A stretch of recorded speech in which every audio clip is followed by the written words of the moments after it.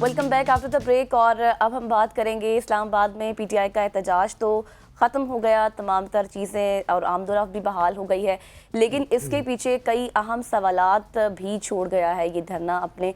और क्या कुछ हुआ, जो कुछ नुकसान हुआ हमने देखा, और उसके साथ साथ जो शहादतें हुई, हमारे जो पुलिस के नौजवान शहीद हुए, सिक्योरिटी एक बहुत बड़ा चैलेंज था। इसके साथ साथ पीटीआई में जो हम देख रहे हैं कि इस वक्त मामलात है, अब आगे इसकी क्या कैफियत होगी, क्या असरात मुल्क पर पड़ेंगे, इंटरनेशनली क्या इमेज बिल्ड हो रहा है, ये तमाम तर बातें आज हम डिस्कस करेंगे। ठीक है, तो इसी मुतालिक जो है हमारे साथ मौजूद है इस वक्त ब्रिगेडियर। इस्लामाबाद में ना अभी अगर बात की जाए तो पाकिस्तान तहरीक इंसाफ का, जिस तरह आपने बताया कि एकदम से एहतजाज इख्तिताम पजीर हो गया, लेकिन इसके पीछे कई आम सवालात भी हैं। जिस तरह से हम सोशल मीडिया को देखते हैं, सोशल मीडिया पे बहुत सारी चीज़ें ऐसी गर्दिश कर रही हैं जिनका शायद हकायक से दूर दूर तक कोई ताल्लुक नहीं है।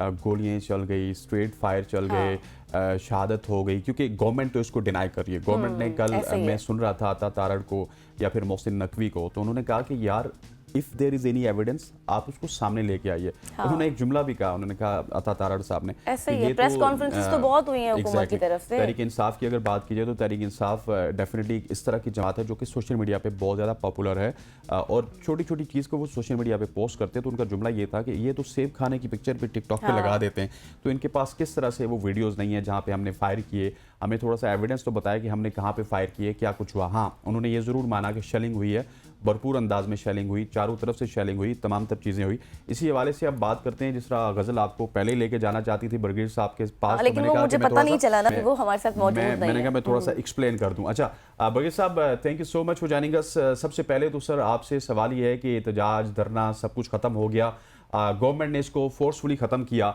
क्या आने वाले दिन में पाकिस्तान तहरीक इंसाफ फिर से यहाँ पे आएगी, कुछ करेगी, गवर्नमेंट के लिए कोई मुश्किलात आप देख रहे हैं?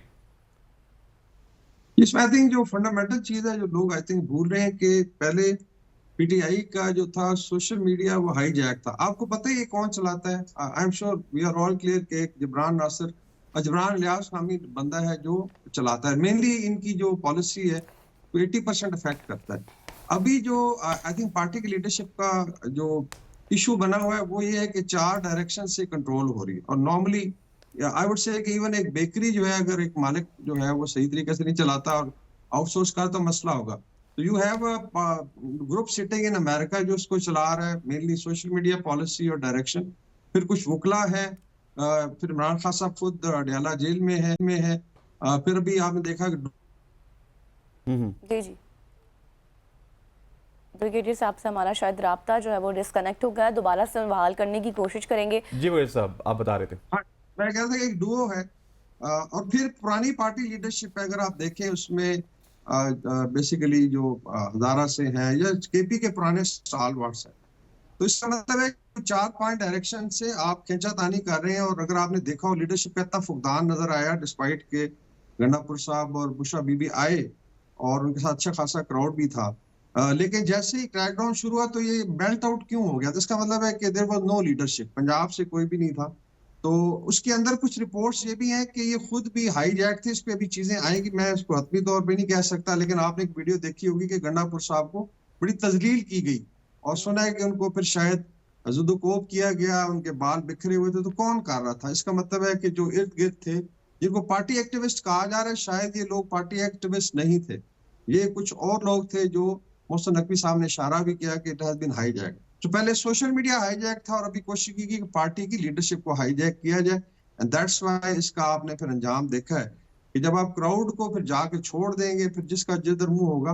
और उसमें खतरनाक सिचुएशन भी थी कि अगर खुदा ना खासा लेट्स से क्राउड में कोई मिलिटेंट्स हो जो उसको हाईजैक कर लें आपकी लीडरशिप को और फिर कहें जी आगे चले। अभी आपको पता है आगे पार्लियामेंट है, वहां पे रेड जोन में आपके एक गेस्ट आए हुए हैं, बेलारूसिया के सदर आए हुए हैं, 60-70 बंदों का डेलीगेशन है।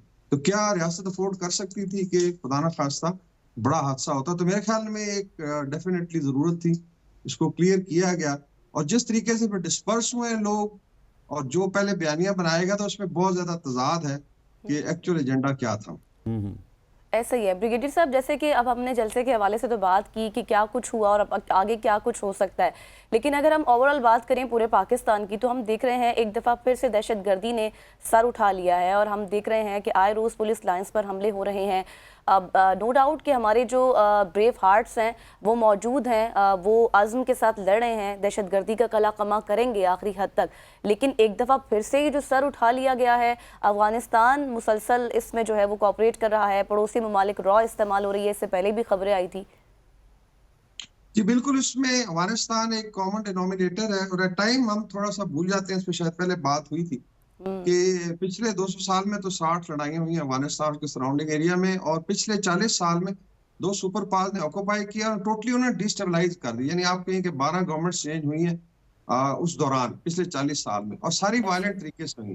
तो ये भी एक रजीम चेंज हुआ जिसमें तालिबान 2 आई, उससे पहले अमेरिका था, और अभी भारत भी स्पेस इसमें फाइंड कर रहा है। तालिबान का इशू ये है कि डॉलर्स नहीं है, तो they getting supplies from different sources, जो है कैश आ रहा है, अमेरिका से भी आ रहा है। मजे की बात, ऐसा ही 87 मिलियन डॉलर हर हफ्ते आ रहे हैं, किस खाते में आ रहे हैं, सब भारत का भी डेलीगेशन गया हुआ था। तो स्पेस तो एक है। फिर अफगान रिफ्यूजीज का इशू है, जो यहाँ पे माइग्रेंट्स हैं, उसमें इलीगल भी हैं, लीगल भी हैं, उनको भेजा जा रहा है, तो एक स्पेस क्रिएट हुई हुई है। अभी आपने देखा कि मोहसिन नकवी साहब ने इस्लामाबाद पे भी एक सर्वे शुरू कराया है कि जो अनरजिस्टर्ड लोग हैं जिनका कोई पता ही नहीं आगे घरों में बस रहे हैं, तो उस पे डेफिनेटली आपको, फिर आपका बलूचिस्तान में एक चैलेंज है, सब नेशनलिस्ट ग्रुप्स हैं।